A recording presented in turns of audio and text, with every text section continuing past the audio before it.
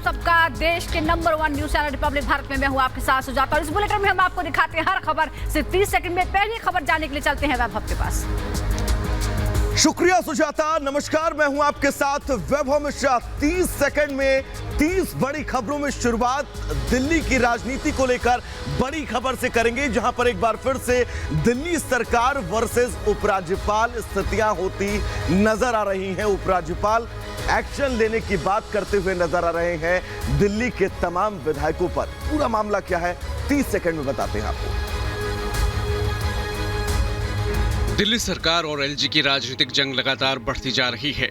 ऐसे में एक बार फिर से दोनों के बीच तनातनी बढ़ने के आसार नजर आ रहे हैं। दिल्ली के उपराज्यपाल विनय कुमार सक्सेना ने आप नेताओं सौरभ भारद्वाज, आतिशी, दुर्गेश पाठक और जैस्मीन शाह समेत अन्य के खिलाफ कानूनी कार्रवाई करने का फैसला किया है। एलजी विनय कुमार सक्सेना ने आप के नेताओं की ओर से भ्रष्टाचार के आरोपों को झूठा बताते हुए कानूनी कार्रवाई का फैसला किया है। एलजी हाउस की तरफ से जारी बयान में इस बात की जानकारी दी गई है। इधर इस सियासी संग्राम के बीच दिल्ली विधानसभा का विशेष सत्र बुलाया गया था, लेकिन इस दौरान भी लगातार हंगामा होता रहा। बुधवार को भी कोई कामकाज नहीं हुआ और सत्र को स्थगित करना पड़ा। बुधवार को दिल्ली विधानसभा में जमकर हंगामा हुआ। दिल्ली विधानसभा की कार्रवाई बुधवार को सदन में हंगामे के बाद आज तक के लिए स्थगित कर दी गई थी।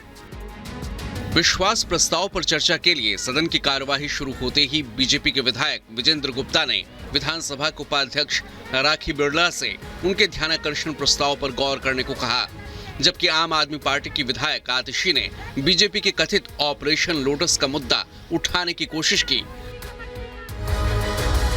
दिल्ली में नई आबकारी नीति को लेकर मचे सियासी बवाल के बीच अब सबसे बड़ा अपडेट यह है कि दिल्ली में लागू नई आबकारी नीति आज खत्म हो रही है। 30 सेकंड की रिपोर्ट आपको दिखाते हैं। दिल्ली में 1 सितंबर यानी आज से पुरानी एक्साइज पॉलिसी लागू हो जाएगी। नई एक्साइज पॉलिसी के चलते शराब की दुकानों में एक के बाद एक दूसरी बोतल मुफ्त का ऑफर दिया जा रहा था। वहीं आज से पुरानी पॉलिसी में शराब की दुकानें चलाने वाली DSIIDC, DCCWS, DSCSC, DTTDC ये 4 सरकारी एजेंसियां ही दुकान चलाएंगी। पुरानी पॉलिसी के तहत 500 सरकारी शराब की दुकानें शराब बेचेंगी। इधर सोनाली फोगाट की मौत कैसे हुई, इस पर सस्पेंस अभी भी बना हुआ है, लेकिन इस बीच एक बड़ा खुलासा हुआ है। क्या है वो खुलासा, आपको दिखाते हैं इस खास रिपोर्ट में। सोनाली फोगाट मामले में लगातार नए खुलासे हो रहे हैं। अब गोवा पुलिस ने इस मामले में चौंकाने वाला खुलासा किया है। गोवा पुलिस की जांच में यह बात सामने आई है कि सोनाली के फार्म हाउस के पेपर सुधीर सांगवान ने अपने नाम पर तैयार करवा लिए थे। 6 एकड़ का ये फार्म हाउस है और 1 एकड़ की कीमत 3 करोड़ है। इतना ही नहीं, सुधीर इस फार्म हाउस को 20 साल के लिए अपने नाम पर लीज पर करवाना चाहता था, जिसका टोकन भी वो दे चुका था। अब आगे की जांच में क्या कुछ सामने आता है, ये देखना होगा। तो वहीं सोनाली फोगाट मौत मामले में गोवा पुलिस लगातार एक्शन मोड में है और अब खबर यह है कि हिसार के बाद गोवा पुलिस गुरुग्राम जा सकती है परत दर परत इस पूरे मामले की खोलने के लिए। 30 सेकंड की रिपोर्ट आपको दिखाते हैं। सोनाली फोगाट मामले में जांच की सुई लगातार मर्डर की तरफ इशारा कर रही है। ऐसे में गोवा पुलिस लगातार हरियाणा के हिसार में जांच कर रही है। आज गोवा पुलिस की टीम सदर पुलिस स्टेशन जाएगी, जहां से जांच टीम सचिवालय जाएगी और जो कागजात मिले हैं उसकी जांच करेगी। इसके बाद गोवा पुलिस की टीम गुरुग्राम भी जा सकती है। तो वहीं सोनाली फोगाट का मामला सुप्रीम कोर्ट भी पहुंच गया है। वकील विनीत जिंदल ने मुख्य न्यायाधीश को पत्र लिखकर कोर्ट से संज्ञान लेने की मांग की है। साथ ही CBI से जांच कराने की भी बात कही है। इधर जम्मू कश्मीर में सेना का आतंकियों पर प्रहार लगातार जारी है। बीते दिन भी सोपोर में इसी तरह से एक एनकाउंटर हुआ, जिसमें 2 आतंकियों को मार गिराया गया। पूरी खबर 30 सेकंड की इस रिपोर्ट में।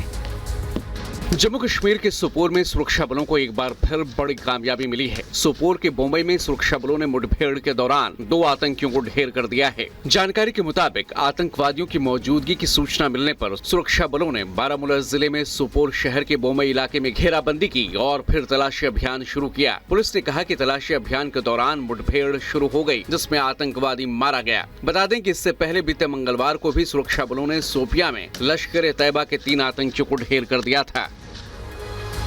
अगली बड़ी खबर हर देशवासी के लिए बहुत अहम है, क्योंकि सर्वाइकल कैंसर से जूझ रहे लोगों के लिए राहत भरी खबर है। भारत में निर्मित पहली वैक्सीन आज से देशवासियों को समर्पित की जाएगी। 30 सेकंड की रिपोर्ट देखिएगा। सर्वाइकल कैंसर से लड़ाई के लिए अब आसानी से देश भर में स्वदेशी वैक्सीन मिल सकेगी। आज सर्वाइकल कैंसर के खिलाफ भारत की पहली स्वदेशी वैक्सीन को लॉन्च किया जाएगा। सीरम इंस्टीट्यूट ऑफ इंडिया और जैव प्रौद्योगिकी विभाग ने एक साथ मिलकर सर्वाइकल कैंसर के खिलाफ भारत की पहली स्वदेशी vaccine quadrivalent human papilloma virus vaccine को विकसित किया है। वैक्सीन का उद्देश्य महिलाओं को सर्वाइकल कैंसर से बचाना है। इधर बीजेपी और टीएमसी के बीच तकरार लगातार जारी है और इस बीच ममता बनर्जी ने बीजेपी पर एक बड़ा हमला बोला है। क्या कहा है उन्होंने, आपको दिखाते हैं इस रिपोर्ट के जरिए। पश्चिम बंगाल के मुख्यमंत्री ममता बनर्जी और बीजेपी के बीच तनातनी चलती रहती है। इस बीच ममता बनर्जी ने बीजेपी पर बड़ा हमला करते हुए आरएसएस पर नरम रुख अपनाया है। ममता बनर्जी ने आरएसएस की तारीफ करते हुए कहा कि आरएसएस उतनी बुरी नहीं है, वहां भी बहुत सारे लोग हैं जो बीजेपी के विचारों से इत्तेफाक नहीं रखते। ममता ने कहा कि आरएसएस में कई कार्यकर्ता ऐसे हैं जो बीजेपी को पसंद नहीं करते हैं और बहुत जल्द ऐसे लोग सामने आने वाले हैं।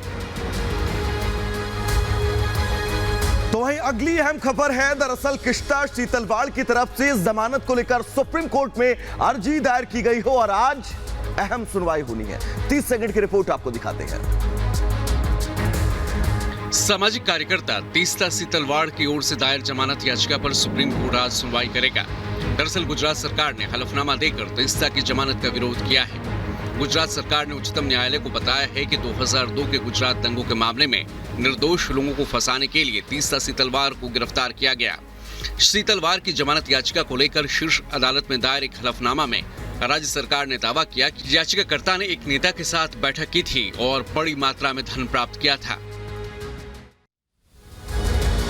भारत में कई धर्म एक साथ हैं, लेकिन सभी धर्मों के नियम अलग अलग हैं। पर सभी धर्मों को एक जैसे नियम हो, इसे लेकर एक मामला अदालत तक पहुंच गया है। आपको पूरा मामला समझाते हैं इस खास रिपोर्ट के जरिए। सभी धर्म के पूजा स्थलों के लिए समान कानून बनाने की मांग पर आज सुप्रीम कोर्ट में सुनवाई होने वाली है। समान कानून वाली याचिका पर सुप्रीम कोर्ट सुनवाई करेगा। याचिका में सुप्रीम कोर्ट से धार्मिक आधार पर अलग अलग पूजा स्थलों में भेदभाव को समाप्त कर सबके लिए एक जैसा दिशा निर्देश देने या केंद्र सरकार को सबके लिए एक समान कानून बनाने का निर्देश देने की मांग की गई है। तो अगली बड़ी खबर कर्नाटक से है, जहां पर चित्रदुर्ग मठ के महंत को लेकर अब कहीं ना कहीं से लगातार संकट बढ़ता जा रहा है। क्या है पूरा मामला, 30 सेकंड की रिपोर्ट के जरिए आपको बताते हैं। कर्नाटक के चित्रदुर्ग के मठ के महंत पर यौन शोषण का आरोप लगने के बाद महंत पर गिरफ्तारी का संकट गहराने लगा है। इस मामले में सीएम बसवराज बोम्मई ने भी संज्ञान लेते हुए जांच कराने की बात कही है।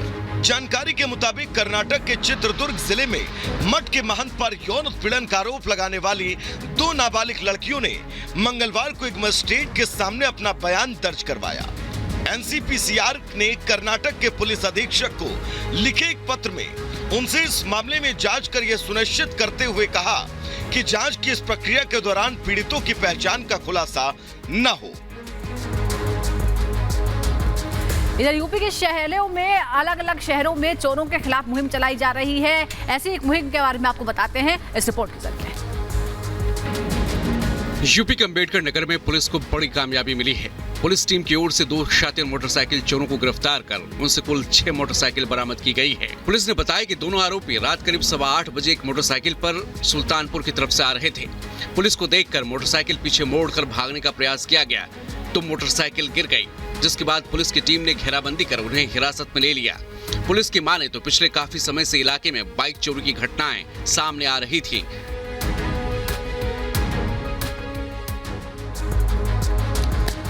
तो वहीं रूस में 1 से 7 सितंबर तक वॉर एक्सरसाइज शुरू होने वाली है। तो वहीं कहीं ना कहीं से इस एक्सरसाइज के बाद अब वैश्विक स्तर पर सवाल भी उठने लगे हैं। 30 सेकंड की रिपोर्ट अपने दर्शकों को दिखाते हैं। रूस में 1 से 7 सितंबर के बीच कई देशों की वॉर एक्सरसाइज शुरू होने वाली है। वोस्टोक 2022 की इस तैयारी से पहले ही दुनिया की सबसे बड़ी महाशक्ति अमेरिका टेंशन में है। अमेरिका की टेंशन की वजह है वोस्तोक 2022 के सैन्य अभ्यास में भारत और चीन का हिस्सा लेना। अमेरिका का कहना है कि किसी भी देश का रूस के साथ अभ्यास करना अमेरिका के लिए चिंताजनक है, क्योंकि रूस ने यूक्रेन के खिलाफ बेवजह युद्ध छेड़ रखा है।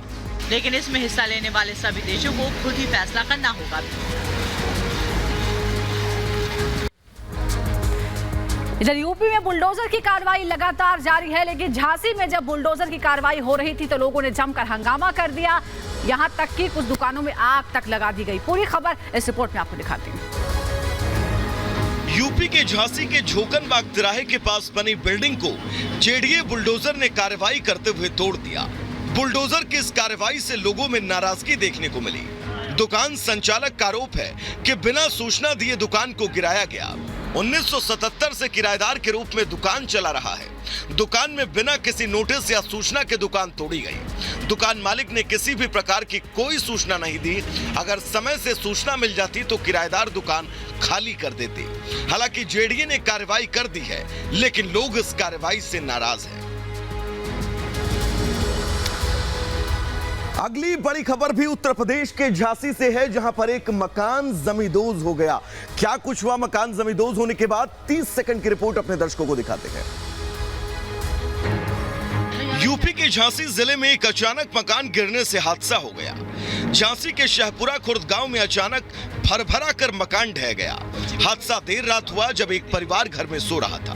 मकान में गहरी नींद में सो रही 3 बच्चियां घायल हो गईं। इतना ही नहीं, इसका मलबा आसपास के मकान में जा गिरा, जिससे पड़ोस के मकान में सो रही एक बुजुर्ग महिला दबने से घायल हो गई। आसपास के लोगों ने तुरंत मदद की और घायलों को मलबे से निकालकर अस्पताल पहुंचाया।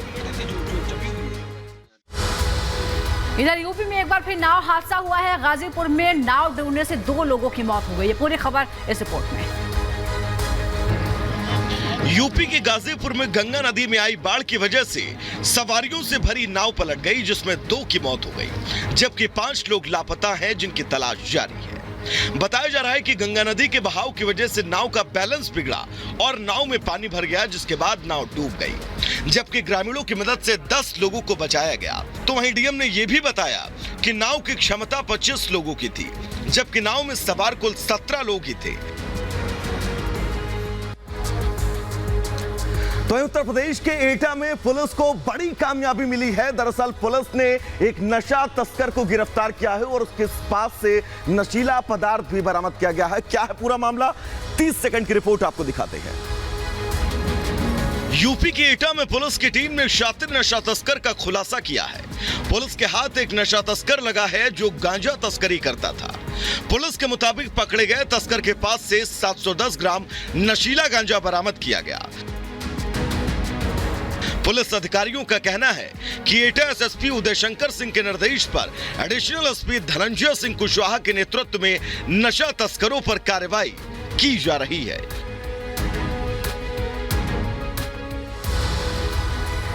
इधर किसान नेता नरेश टिकैत के खिलाफ एक मामला दर्ज किया गया है। क्या है ये पूरा मामला, इस रिपोर्ट में आपको दिखाते हैं।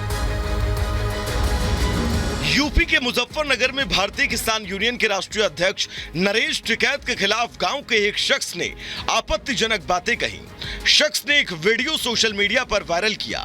नरेश टिकैत के खिलाफ आपत्तिजनक भाषा का प्रयोग कर रहा और गालियां भी देता हुआ एक शख्स नजर आ रहा है, जिसके चलते जैसे ही वीडियो सोशल मीडिया पर वायरल हुआ तो किसानों में गुस्सा बढ़ा। अब लोगों ने इस आरोपी पर सख्त कार्रवाई की मांग की है। तो उत्तर प्रदेश के गाजियाबाद में उस वक्त हड़कंप मच गया जब एक साथ 40 बच्चों को अस्पताल में भर्ती करवाना पड़ा। वजह क्या कुछ रही इसके पीछे, 30 सेकंड की रिपोर्ट आपको दिखाते हैं। यूपी के गाजियाबाद के मुरादनगर में उस समय हड़कंप मच गया जब करीब 40 स्कूली बच्चियों को फूड पॉइजनिंग का मामला सामने आया। मामला तब सामने आया जब मुरादनगर सीएससी में इलाज के लिए इन बच्चों को पहुंचाया गया।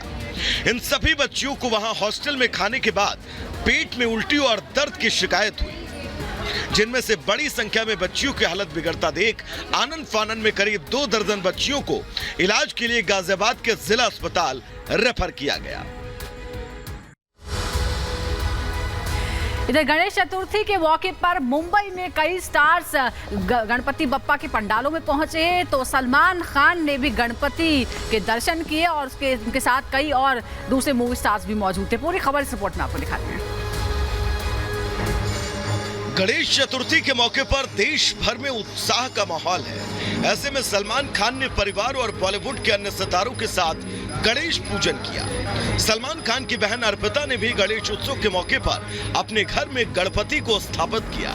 इस मौके पर उनके घर भाई सलमान खान समेत कई सितारे पूजा में शामिल हुए। उनके घर ग्रैंड पूजा का आयोजन किया गया, जिसका वीडियो सोशल मीडिया पर सलमान खान ने साझा किया